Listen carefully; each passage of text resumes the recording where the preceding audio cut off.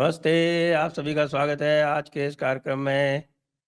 आज का कार्यक्रम मंगलवार हर्ष कुमार जी के साथ में, तो हर्ष कुमार जी का स्वागत कर रहा हूं मैं और आप सभी को याद दिला रहा हूं कि कृपया चैनल को सब्सक्राइब कर लें, वीडियो को लाइक कर लें और पुणे डेक्कन समिट का रजिस्ट्रेशन लिंक नीचे दिया हुआ है। साथ में आपको ये भी याद दिला दें कि जब आप डिस्क्रिप्शन में जाएंगे तो आपको वहाँ प्रोडक्ट्स भी मिलेंगे। तो हर्ष जी, दिल्ली चुनाव में तो साहब राहुल गांधी भी कूद पड़े, ये क्या हुआ? नहीं तो सर, राहुल गांधी को तो कूदना ही था। वो पहले से ही लगभग 8-9 दिन पहले ही तय हो गया था कि राहुल गांधी जो है वो 13 तारीख को सीलमपुर में जनसभा करेंगे। ये पहले से निर्धारित कार्यक्रम था और मुझे लगता है जब से वो विदेश से लौट के आए हैं, ये पहला बड़ा अपीयरेंस था उनका पब्लिक में। तो बोलना ही था उन्हें तो सब कुछ, जो थी कहानी उनकी। दिल्ली में वैसे कांग्रेस के लिए कुछ है नहीं सर, ये टाइम खराब कर रहे हैं अपना।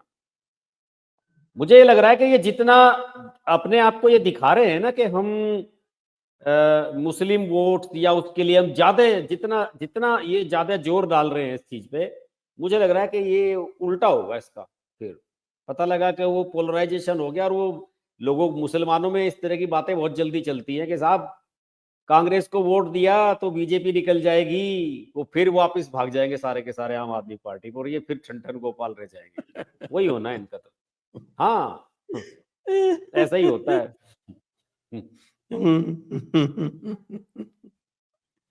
एक ये है कि साहब कि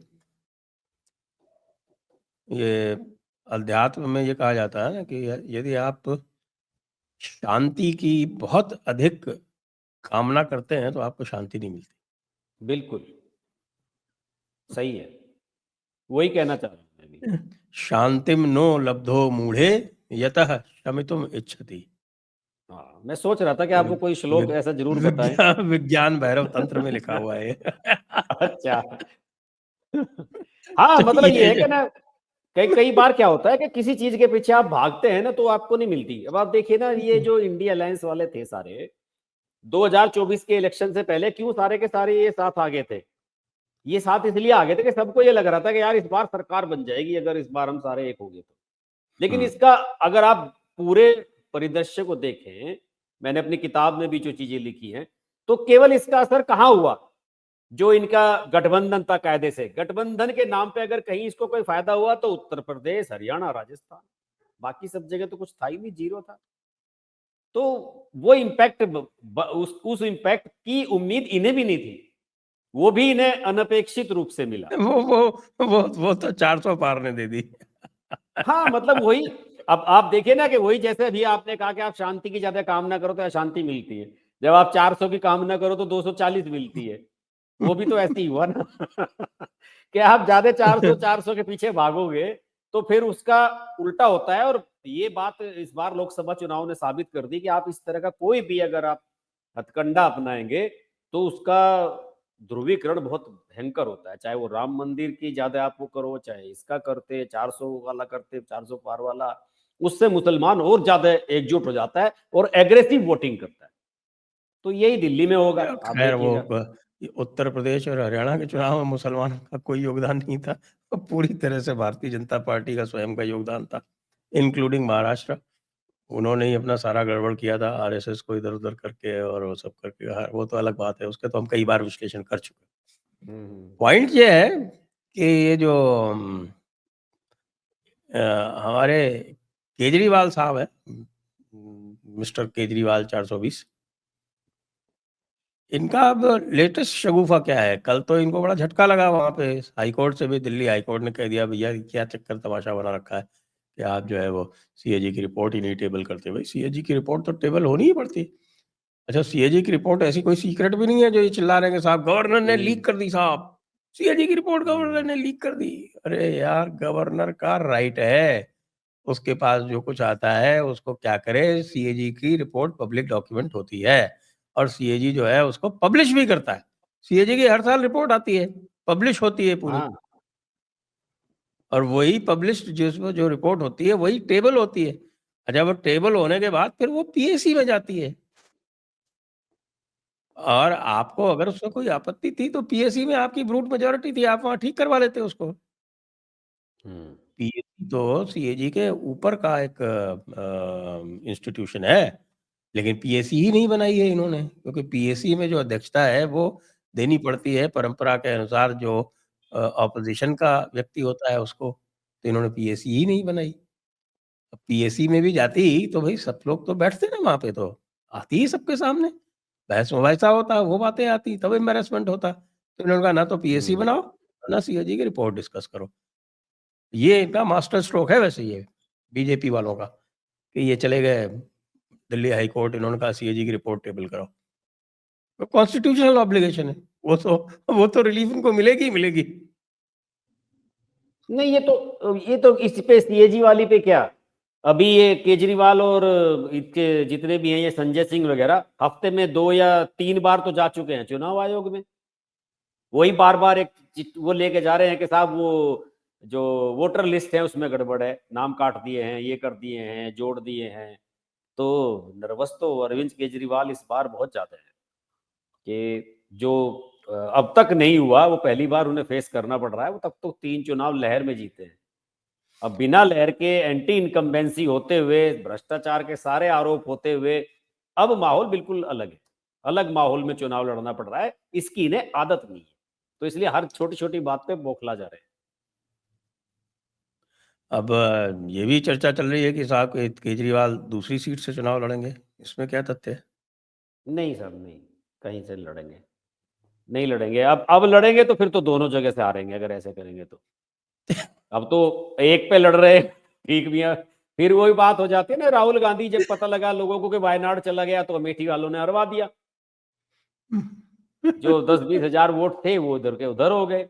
नहीं लड़ेंगे, अरविंद केजरीवाल 2 जगह से नहीं लड़ेंगे, लेकिन इतना तय है, मैंने इस पे वीडियो भी बनाया है, बहुत प्रचलित वीडियो है, वो कई दिन से वायरल हो रहा है कि अभी आज की तारीख में अगर आप दिल्ली में किसी भी पत्रकार से, किसी सर्वे एजेंसी से अगर आप पूछेंगे तो मनीष सिसोदिया, आतिशी और केजरीवाल तीनों का चुनाव बहुत बुरी तरीके से फंसा हुआ है। बहुत मतलब हारने की कगार पे हैं ये। वो जो पिछली बार की तरह था कि एकदम वन साइडेड हो रहा है, वो नहीं हो रहा है। और आप समझिए कि अगर आपके टॉप के लीडर्स का ये हाल है तो बाकी विधायकों की और बाकी जो सामान्य प्रत्याशी हैं उनकी तो क्या स्थिति होगी। और गोपाल राय जो है वो राम-राम कर रहे हैं कि हमारे सामने कहीं नुपुर नुपुर शर्मा ना आ शर्मा को जाए, ना उतार दें। वो जानबूझ और के सस्पेंस है, बाबरपुर वाली सीट रोक के रखी है इन्होंने क्योंकि और अभी तो देखे ना, 17 तारीख है नामांकन की आखिरी डेट, अभी तो 3 दिन है। और ग्रेटर कैलाश पे सौरभ भारद्वाज जो है उनकी धड़कनें बढ़ी हुई हैं कि साहब स्मृति ईरानी तो नहीं उतरने वाली हमारे हाँ सामने। हाँ हाँ, ये बढ़िया है। मुझे लगता है कि ये थोड़ा सा ये एक बीजेपी की जो है ना, कहते हैं कि वो एक मानसिक दबाव बनाने की भी पॉलिसी है कि कुछ टिकट होल्ड करके रखो, थोड़ा सा लोगों को क्यूरियस होना चाहिए कि भाई हो क्या रहा है, क्या होने जा रहा है। तो इससे क्या होता है कि पार्टी के प्रति माहौल बनता है, पार्टी का जो वर्कर है उसमें एनर्जी आती है, सब में एनर्जी आती है। लेकिन अब की बार आपके कपिल मिश्रा बहुत बढ़िया जीतने वाले हैं, शानदार, हाँ, करावल नगर हालांकि से उनके कपिल मोहन सिंह बिष्ट ने उनकी खिलाफत कर दी थी, तो उसको बगल की सीट से मुस्तफाबाद से टिकट हाँ, दे दिया नहीं, और वो असल में मोहन करावल सिंह नगर बिष्ट उनकी। पहले मुस्तफाबाद से ही लड़ते रहे सर। करावल नगर सीट अभी 2-3 चुनाव से ही तो बनी। मोहन सिंह बिष्ट की सीट पहले मुस्तफाबाद रही है, ये नए परिसीमन में ये सीट बनी थी करावल नगर वाली, शायद ये 9 के परिसीमन में बनी, 9 के बाद बनी है ये। तो करावल नगर में एक बार तो मोहन सिंह बिष्ट को हरा चुके ये, जब आम आदमी पार्टी के टिकट से जीते थे, कपिल मिश्रा मंत्री बने थे, तो उस समय तो हरा दिया था मोहन सिंह बिष्ट को। लेकिन बीजेपी ने वो बहुत जल्दी रियलाइज कर लिया, ये बड़ा अच्छा रहा कि वो लिस्ट जारी होने के 24 घंटे के बाद ही जो है वो मोहन सिंह बिष्ट का नाम मोहन डिक्लेयर हो सिंह गया। बिष्ट को टिकट दे दिया उन्होंने। हाँ, वो जो 12 वाला था ना कि 12 की लिस्ट रुकी हुई है, उसमें से वो 11 रह गई, तो मोहन सिंह बिष्ट अगले दिन ही फाइनल हो गए। ये भी इन्होंने रियलाइज कर लिया कि भाई मॉडल टाउन में आप बगैर मतलब मत फंसाइए, कपिल मिश्रा आपका विनिंग कैंडिडेट है, करावल नगर हाँ, उसको दीजिए, वो आराम से जीतेगा। और उसकी कपिल मिश्रा की मदर जो है एमसीडी की चेयरमैन रही, जब ये पहले अलग अलग हुआ करती थी ईस्ट वाली, उसकी उसकी मेयर रही है कपिल मिश्रा की मदर, तो फेमस पर्सनैलिटी है। तो इसलिए कपिल मिश्रा वाली सीट तो एक तो पक्की हुई इनकी लगभग, और मोहन सिंह बिष्ट वाली नहीं भी वो पक्की है, मोहन सिंह बिष्ट। पक्की है, पक्की बहुत कई कई सीटें इनकी पक्की हैं। और मोती नगर वाली पक्की है, मैं आपको बताऊं, हरीश खुराना वाली। मोती नगर पंजाबियों का गढ़ है बढ़िया, और मदन लाल खुराना का वहाँ बढ़िया रुतबा रहा अपने समय में। वो भी सीट इनकी पक्की है, जो अभी तक की सीट है उनमें बता रहा हूं मैं। और प्रवेश वर्मा की भी अभी आप मानिए कि 99% मेरे हिसाब से तो पक्की है। प्रवेश वर्मा हारेगा नहीं, रमेश उसे पूरा पूरा दम लगा देगा, बिल्कुल रमेश भिदोड़ी जोरदार चुनाव लड़ेगा। रमेश भिदोड़ी। हाँ, रमेश भिदोड़ी भी। मैं तो इन तीनों सीटों को तो मैं कह ही रहा हूँ। थोड़ा सा हम्म, मनीष सिसोदिया वाली में हो सकती है, क्योंकि वहां पे दोनों कैंडिडेट कांग्रेसी है। तरविंदर मारवा जो इन्होंने टिकट दिया है वो भी कांग्रेसी है, और फिर वहां सामने वो फरहाद सूरी है, वो तो खैर कांग्रेस से है ही। तो वो थोड़ी सी मुश्किल हो सकती है वहां पे। लेकिन ये दोनों सीटें, रमेश भिदोड़ी ने भी माहौल बढ़िया बना रखा है, और प्रवेश वर्मा तो ग्राउंड लेवल पे बढ़िया काम कर ही रहे हैं यहाँ पे। और अवध ओझा तो पहले ही कह रहा है कि साहब की अवध ओझा ने तो वो तो कि मैं मरवा दिया, बलि का बकरा बन गया अवध ओझा। वो तो हमने पहले भी डिस्कस किया था। आप ये बताइए ना कि जो वहां पे लक्ष्मी नगर और इधर के इलाके में जितने भी ये सेंटर हैं यूपीएससी की तैयारी करवाते हैं, वहाँ वहाँ के लोकल लोग थोड़े ही हैं, बच्चे सब बाहर के रहते हैं कई हजार वहां पे। वो गलत फहमी है इन लोगों के, वो आज जीतेगा। वो तो केवल मनीष सिसोदिया को बचाने के लिए ऐसा किया गया। और मनीष सिसोदिया थोड़ा सा वहां पे अपने आप को सेफ मान रहा है जंगपुरा पे, क्योंकि वहां पे थोड़ा सा हिंदू मुस्लिम और ये जो बाकी समीकरण है वो थोड़ा सा इनके अनुकूल है, तो इसलिए वो थोड़ा सेफ थी। यहां से तो निश्चित हारते वो मनीष वो सिसोदिया। तो सीधे कह रहा है कि साहब कि या तो रण से भागे होगे या फिर प्रण तोड़ा होगा। आप ये बताइए ना कि आपका कैंडिडेट अगर इस तरह की बात पब्लिकली कर रहा है, तो आप समझ लीजिए कि उसका कॉन्फिडेंस लेवल क्या है, और वो चुनाव किस माइंडसेट के साथ लड़ रहा है। ऐसे में क्या होता है कि संजय जी, आपको तो पता है कि जब प्रत्याशी को ये लगने लगता है ना कि तू चुनाव हार रहा है, वो फिर खर्चे भी करने कम बंद कर देता है।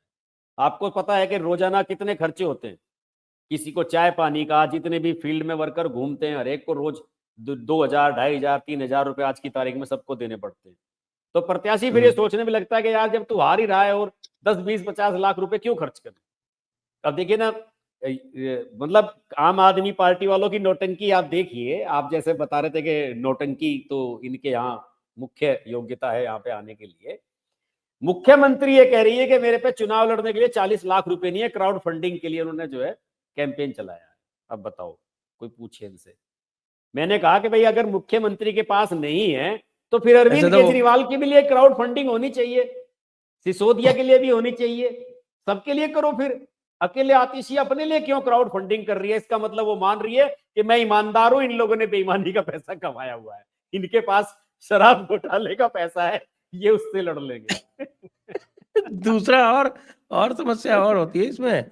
इसमें जो है वो वर्कर डिमोरलाइज हो जाता है, कह रहे इनके पास तो लड़ने के लिए पैसे ही नहीं है, वही वही तो बात वर्कर है। घर बैठ जाता है। घर बैठ जाता है, वो ना पर्चे बांटने जाएगा ना लोग, ना कैंपेन में जाएगा, ना घर घर जाके वोट निकालेगा। और वही गड़बड़ता है, वही अवैध ओझा कर रहा है गड़बड़, वही आतिशी कर रही है। ये तो बड़ा वो होता है। आपने देखा होगा कुछ जिन दिनों ये प्रचलन शुरू हुआ कि प्रत्याशी जब नामांकन भरता है तो उसका एफिडेविट जो है मीडिया में छपने लगा। हाँ आपको तो पता है, अभी 15-20 साल से ही ये प्रचलन शुरू हुआ हाँ कि हाँ। भाई इसकी जो है असेट इतनी है, फलाना है, ढिमकाना है, ये है वो है। तो मैं आपको बताता हूं कि हमने करतार सिंह बढ़ाना का चुनाव कवर किया था एक बार 2012 में यूपी में, जिस जिस बार वो जीते थे आरएलडी के टिकट पर। तो ऐसी ही बात हो रही थी, तो उसने किसी अखबार में खबर छपवाई अपनी कि करतार सिंह बढ़ाना जो है वो बैलगाड़ी में और उसमें बैठ के पर्चा भरने के लिए गया, उसने फोटो भी छपवाया। और फिर अंदर जो खबर छपी थी, अंदर ये छपी हुई थी करतार सिंह बढ़ाना की इतनी एसेट है, इतने उसकी चल अचल संपत्ति, इतने इतने 100 करोड़, इतनी फलाना है।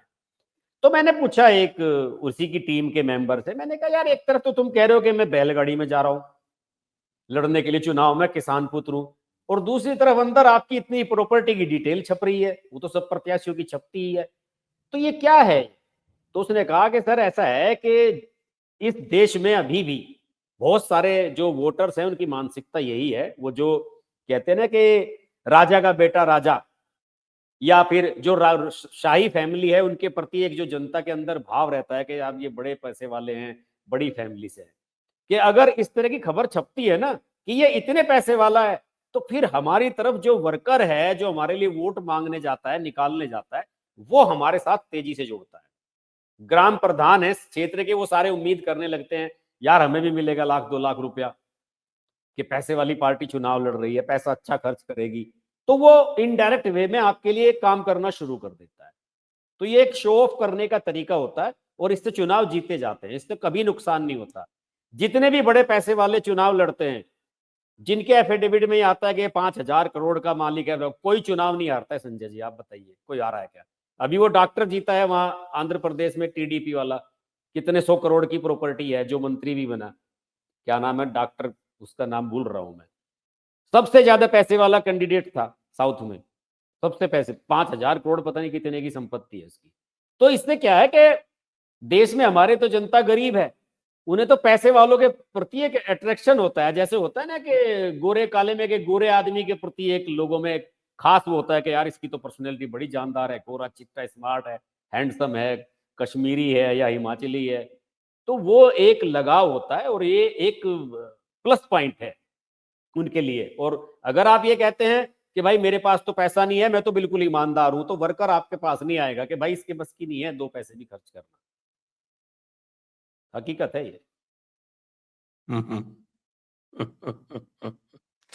तो ये है आपके दिल्ली का हाल है। और हमारे बीजेपी वाले जो हैं वो प्रियंका गौतम को टिकट दे रहे हैं। नहीं, बीजेपी का तो मेरे ख्याल में टारगेट था कि 10 के करीब महिलाओं को उन्हें टिकट देने ही थे।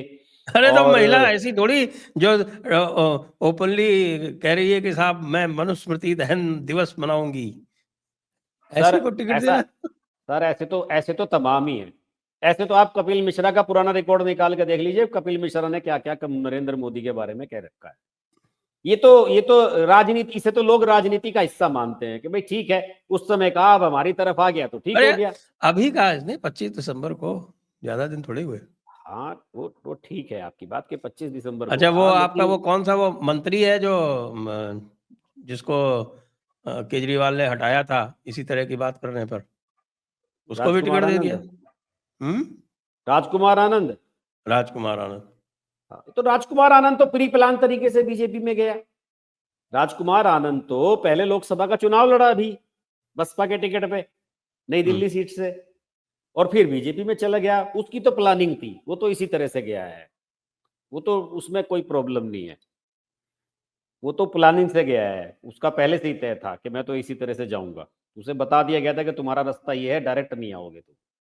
उसके खिलाफ तो मामले बहुत सारे थे, वो तो फंसता नहीं प्रियंका था। गौतम तो बीजेपी की थी भी नहीं। अब क्या कहें साहब प्रियंका गौतम के बारे में, क्या कहा जा सकता है इसमें? पार्टी है अपना चलती है।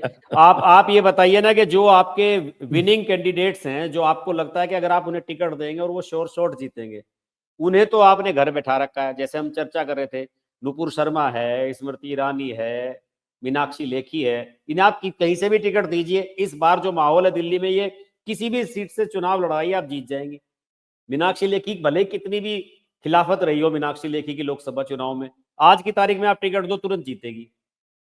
लेकिन पता नहीं क्यों ये है देखिए टिकट क्यों राहुल नहीं दे रही गांधी जी ने भी पार्टी। ट्वीट किया है साहब। राहुल गांधी जी जो हैं वो पेरिस वाली दिल्ली, केजरीवाल जी की चमकती दिल्ली, पेरिस वाली ये दिल्ली, ये अभी अभी ये ट्वीट तो किया ये तो इन्होंने। ये तो कल बोला था कि राहुल गांधी ने अपनी जो रैली थी सीलमपुर वाली, उसमें ये कहा था, वो दरअसल वो उस समय की बात करते जब शीला दीक्षित यहाँ पे चीफ मिनिस्टर हुआ करती थी।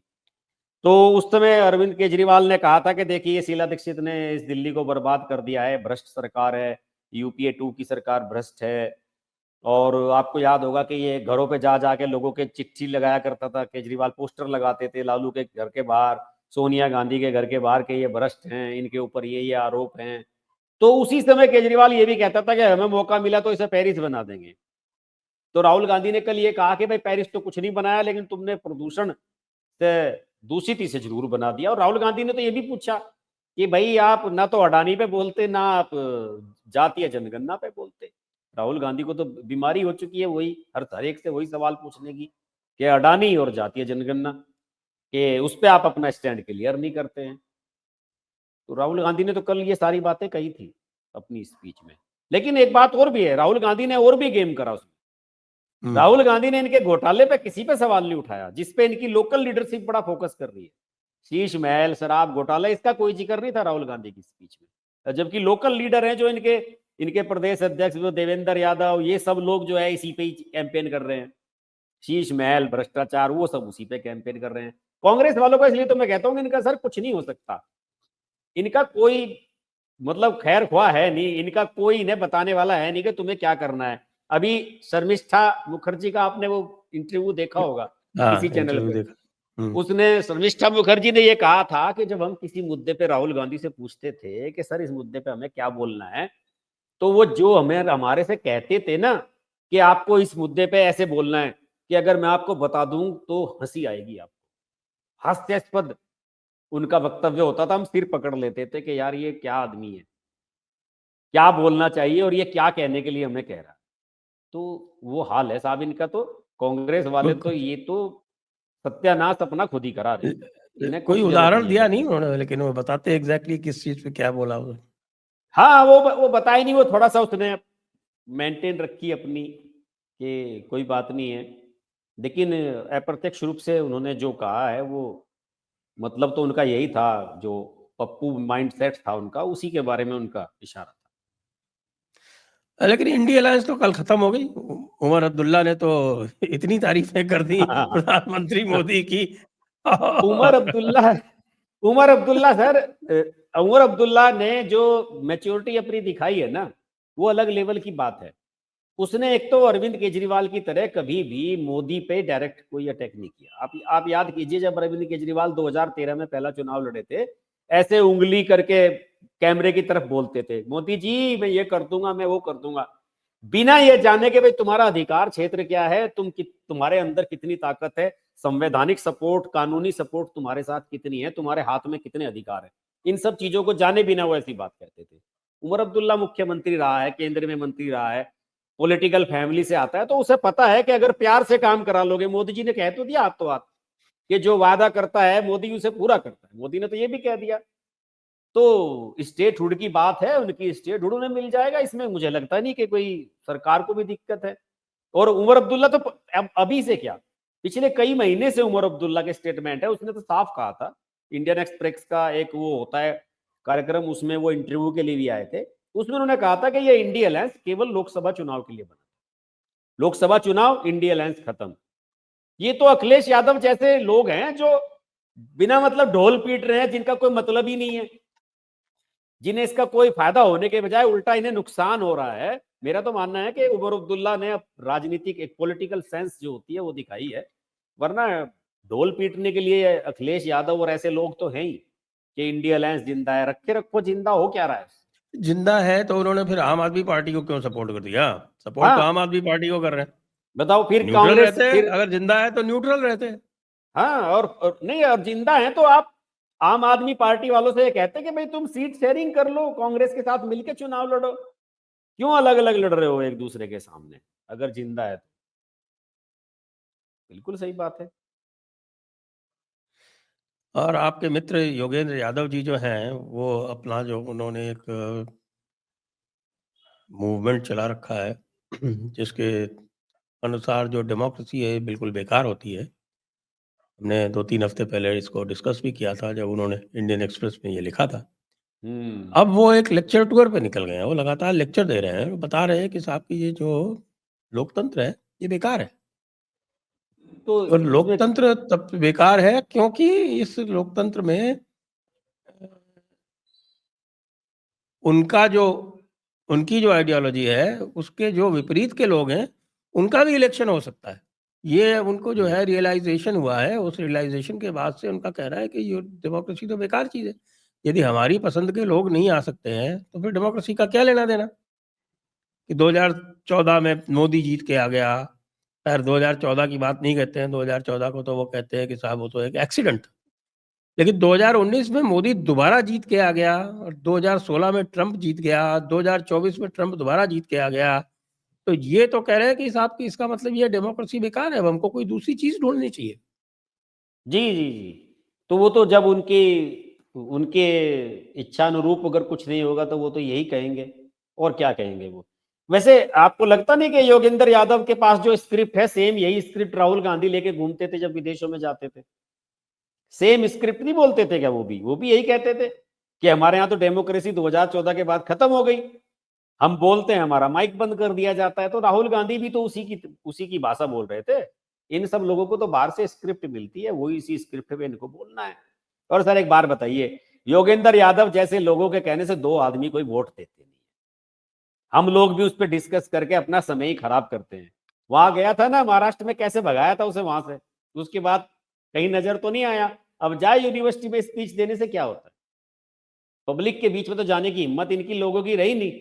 अब इनकी स्थिति यह आ गई है कि पब्लिक के बीच में जहां जाते हैं तो इनका घेराव होता है, इन्हें जान बचानी मुश्किल हो जाती है, कभी इनके ऊपर ही फेंक देता है, कोई जूता मार देता है। तो वो ये लोग अब यूनिवर्सिटी में महाराष्ट्र ही में हुआ था जाएंगे। ना वो। हाँ वही तो बता रहा हूँ, मैं महाराष्ट्र में भगाया, मैंने कहा तो अभी कि महाराष्ट्र में कैसे भगाया था, उसके बाद दिखा कहीं है महाराष्ट्र चुनाव में, भगा दिया उसे वहां से। तो इन लोगों का क्या है, ये तो इन्हें तो कुछ चंद गिने चुने इनके जो मीडिया में मित्र हैं वो लोग इन्हें हवा दे देते हैं, इन्हें महत्व दे देते हैं। बाकी कोई इनका पब्लिक पे तो इसका असर नहीं होता। हम आप लोग इस पे भले ही चर्चा कर लें, लेकिन जनता जो है इनके कहने पे नहीं चलती, और जनता इन्हें भाव बिल्कुल नहीं देती। कुछ भी लिखते रहें, ये कुछ भी कहते रहें, इससे कोई फर्क पड़ता नहीं है। और आपके दिलीप मंडल का ट्रांसफॉर्मेशन तो कंप्लीट हो गया बिल्कुल।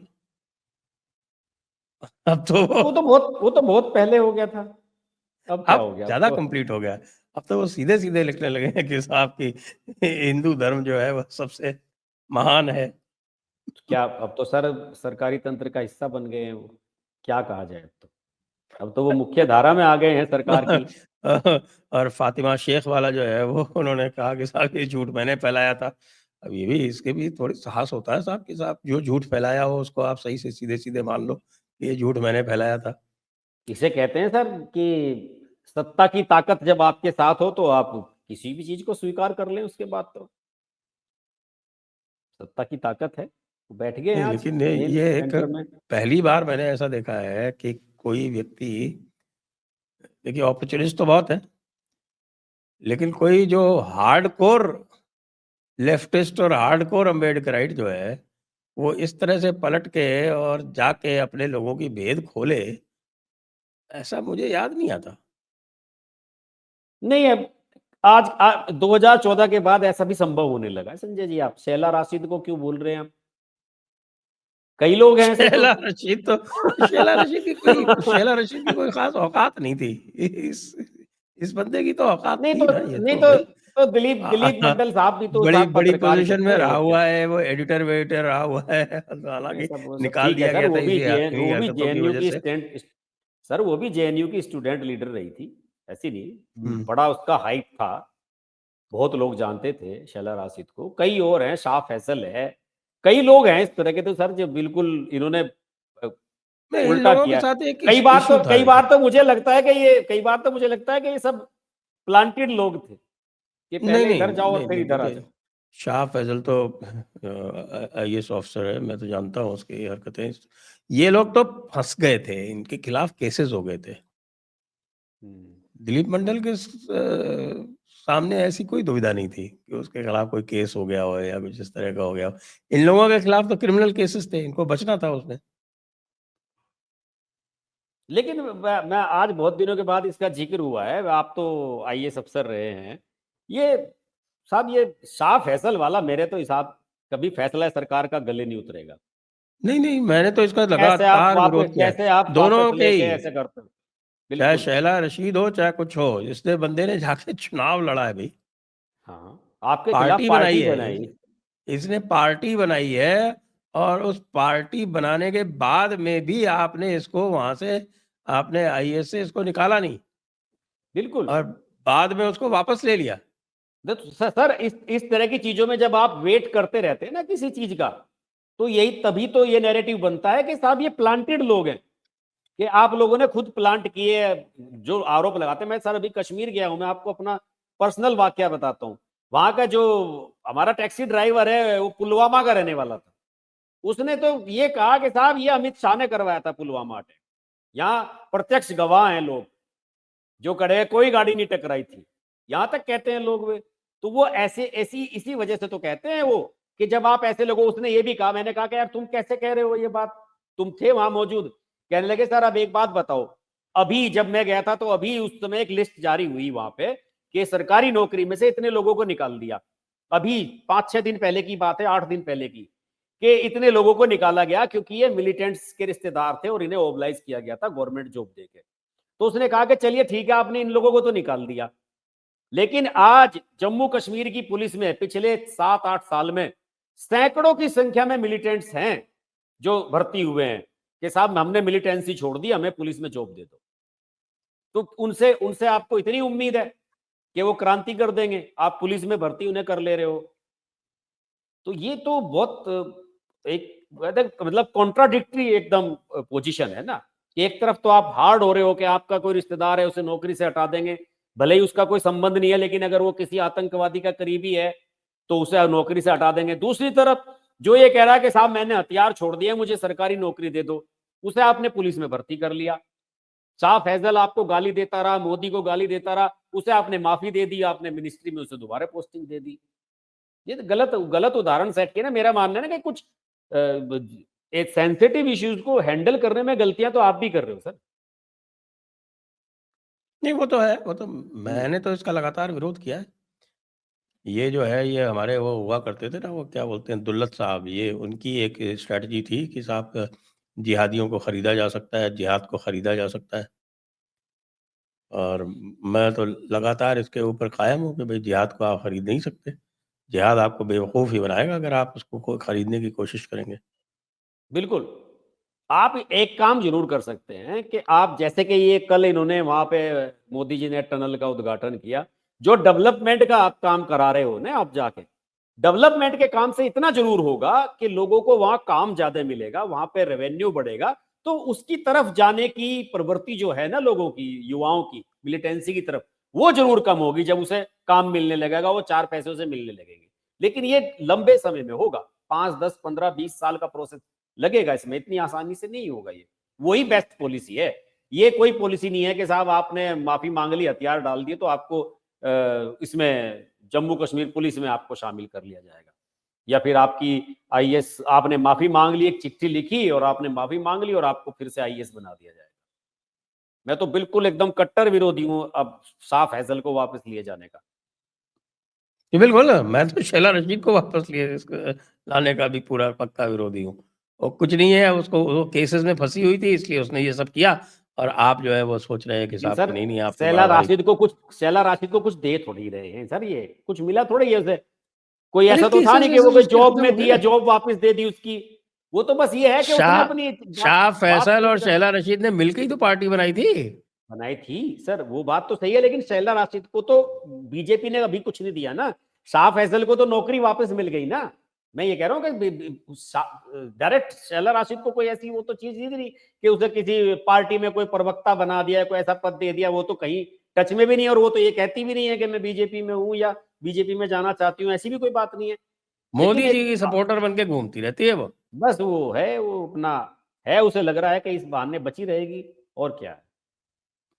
मीडिया में अटेंशन मिल रही है, इंटरव्यूज देती है, पॉडकास्ट देती है लंबे इनसे लंबे। कुछ एक आज सवेरे मैंने वीडियो डाला था कि भई उमर अब्दुल्ला ने बड़ी तारीफ़ कर दी और मोदी जी जो हैं वो कश्मीर के ऊपर बल्ले-बल्ले हुए जा रहे हैं, इतने सारे प्रोजेक्ट दे रहे हैं। अरे भाई जम्मू का तो ध्यान रखो, तुमको वोट तो जम्मू देता है और आप जो है वो पूरी तरह से झुके जा रहे हो कश्मीर के ऊपर ही। सब कुछ कश्मीर में जा रहा है, सारा टूरिज़्म का पैसा कश्मीर में जा रहा है और सरकार जो है वो कश्मीरियों की है। जम्मू के साथ तो सदैव सौतेला व्यवहार होता आ रहा है। जम्मू जो है एक प्रकार से कॉलोनी बन गई है कश्मीर की। आप अच्छा वो चमचागिरी कर क्यों रहा था? वो इसलिए कर रहा था कि आपने अपना वादा निभाया। तो वादा निभाया के चक्कर में वो कहे कुछ दिनों बाद बोलेगा कि साहब आपने वादा किया था स्टेटहुड का वो भी दीजिए। आप तो अपने उसने तो वादे के पक्के हो। बाकायदा उसने तो बाकायदा कहा कि योग दिवस पे आप आए थे, आपने 3 वायदे किए थे, 2 तो आपने पूरे कर दिए। एक तो यहाँ पे चुनाव कराने का, निष्पक्ष चुनाव कराने का पूरा कर दिया आपने, और भी एक दो बात बताई, और बस यही बचता है अब तो।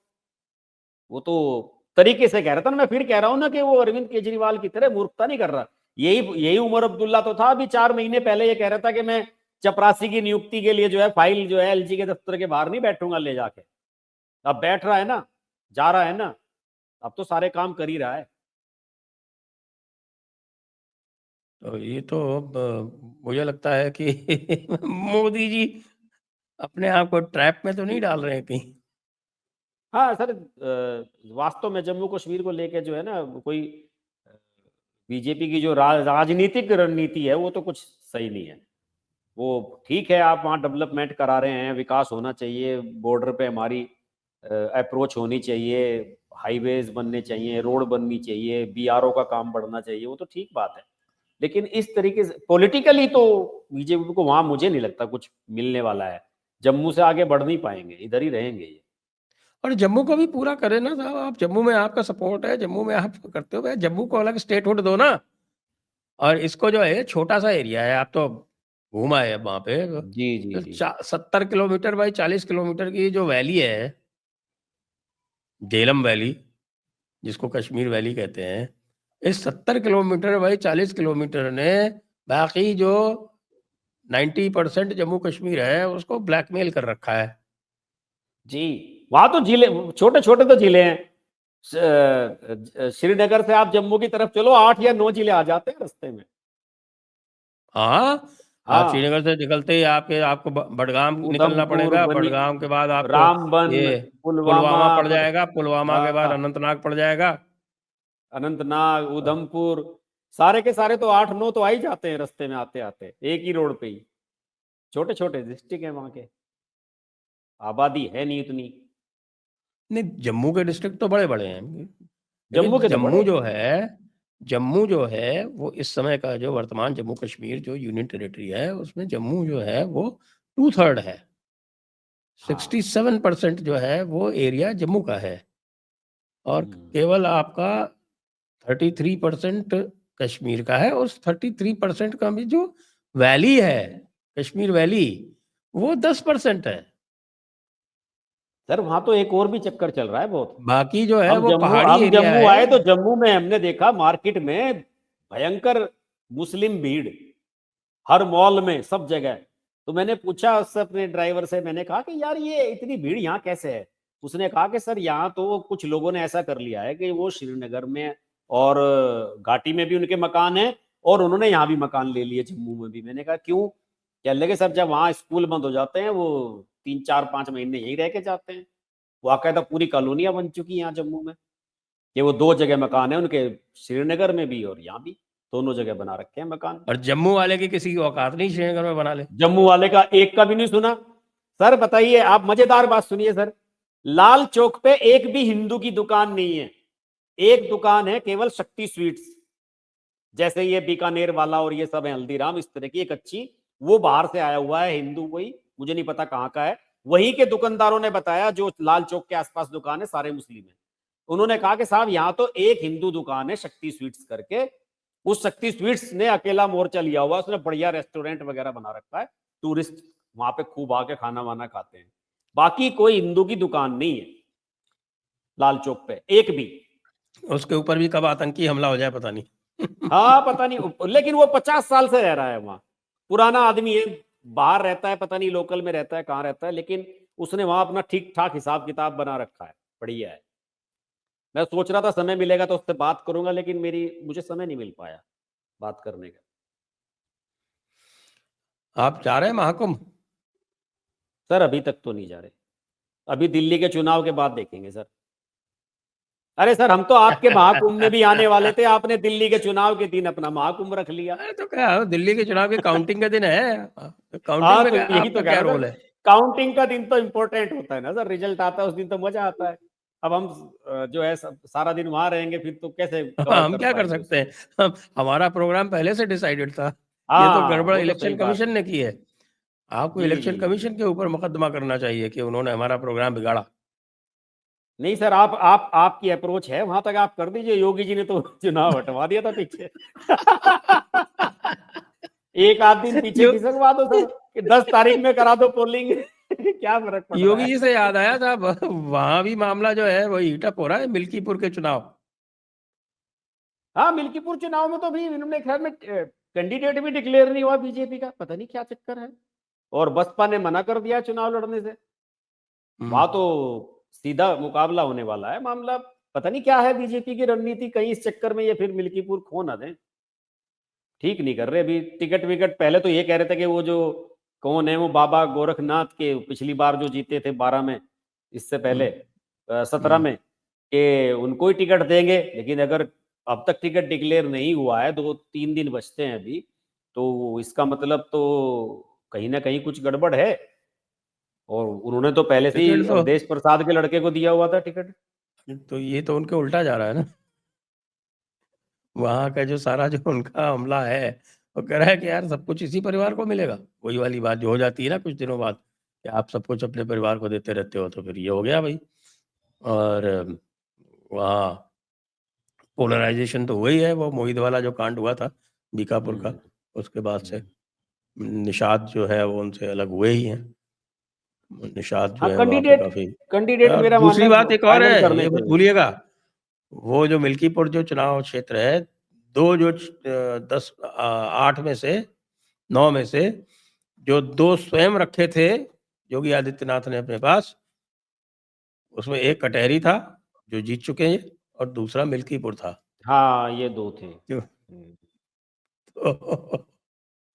तो योगी जी नहीं जाने देंगे उसको, कोई चांस नहीं। नहीं, माहौल तो बीजेपी के समर्थन में ही बन रहा है वहां पे। और फिर वो बात भी आपने सही की कि बाप तो सांसद बनी गया, अब क्या बेटा ही थोड़ा ही होगा। और लोगों के मन में वो बात तो है ही हमेशा से, जो अयोध्या को लेके इन्होंने नैरेटिव बनाया था कि हमने अयोध्या में बीजेपी को हरा दिया, वो सब चीजें भी हैं। लेकिन प्रत्याशी का चुनाव तो समय से हाँ, होना चाहिए। आजकल अयोध्या नरेश अवधेश प्रसाद जी कहते घूम रहे हैं कि साहब कि हमारे तो सब कुछ जो है वो मर्यादा पुरुषोत्तम श्री राम ही हैं, और हमारे जितने भी परिवार में आज तक जितने भी लोग हुए हैं, सबके नाम के साथ राम है, और मेरा नाम जो अवधेश है वो भी राम का ही नाम है। आजकल ये बोलते घूम रहे हैं। तो कहीं कोई ट्यूटर मिल गया है उन्हें नया, इस चुनाव के लिए कोई ट्यूटर ढूंढा है उन्होंने कि बताओ भाई, मुझे भी तो बताओ कि मैं क्या कहूं। जनता जब मेरे से पूछेगी, मीडिया वाले जब पूछेंगे तो मुझे क्या बोल रहे हैं आप ये भी तो बताओ। तो उन्हें किसी ने सिखा दिया होगा। और ये बात तो सर सही है। आप वहां की क्या बात करें, आप पूर्वांचल में चले जाइए, अयोध्या इसके आसपास बहुत सारी ऐसी फैमिलीज मिलेंगी कि जहां पे नाम इसी तरह के हैं सर, कि राम लक्ष्मण भरत शत्रुघ्न, उनके बच्चों के नाम लव कुश। ये तो हमारे हिंदू धर्म में ये तो परंपरा है। ऐसे बहुत सारे परिवारों को मैं जानता हूं कि बड़े भाई का नाम राम है, छोटे का नाम लक्ष्मण है। आज से 50-60 साल पहले तो ये बहुत कॉमन था, इस देखिए, तरह के नाम। पूरे हरियाणा और पूरे राजस्थान में ये कम से कम जाटों में तो मैंने देखा था जब मैं गया था और राजस्थान में पहली बार।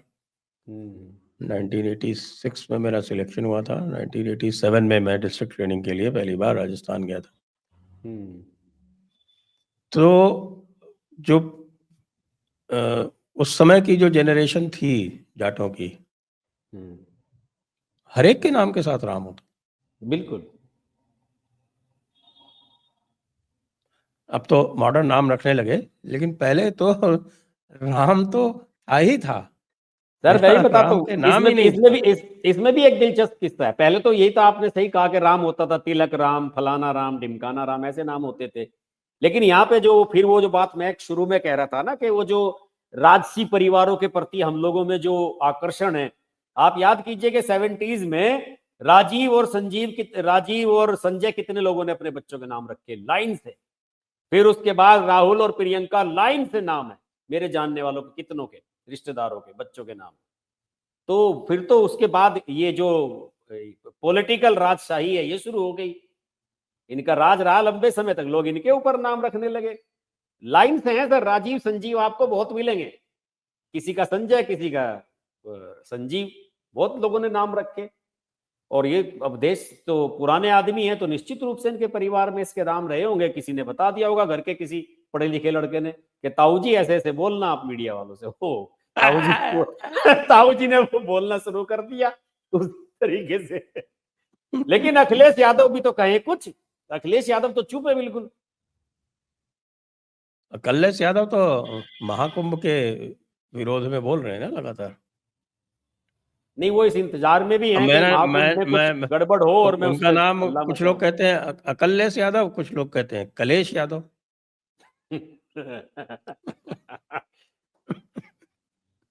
लेकिन सर आपने कोई वीडियो जो है मोदी जी के पॉडकास्ट पे नहीं बनाया। मोदी जी ने ये उसमें पॉडकास्ट क्यों किया और उसमें मुझे सही बताऊं वही आपको, एक वही व्यक्ति क्यों चुना गया सर, ये बड़ा एक विषय दिलचस्प है कि ऐसा क्यों हुआ और अचानक मोदी जी को ऐसे समय पे पॉडकास्ट की जरूरत क्यों पड़ी, 2.5 घंटे का पॉडकास्ट।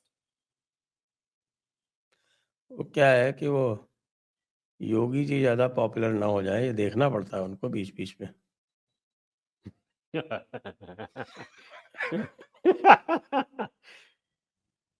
नहीं तो आप ये आपने देखो, योगी जी का जो अर्नब गोस्वामी वाला पॉडकास्ट है, वो ऐसा हिट हुआ है, ऐसा हिट। वो तो जबरदस्त चला साहब। वो तो उसका तो पूछे मत, वो था भी 25-30 मिनट का ही है, वो तो इतना लंबा है है नहीं। 25-30 मिनट का, लेकिन उसमें आप देखो कि अर्नब ने डायरेक्ट क्वेश्चन पूछे हैं और बाबा ने डायरेक्ट आंसर दिया, उसमें कोई हाँ, हिला हवाला नहीं है। वो तो ऐसा लग रहा है कि शायद पहले अर्नब गोस्वामी से कह दिया होगा कि तुम मुझसे ये सवाल पूछना। उनके जवाब सोच के आए होंगे योगी जी। हाँ, पहले से योगी जी तैयारी जवाब लग सोच रही के थी। नहीं आते।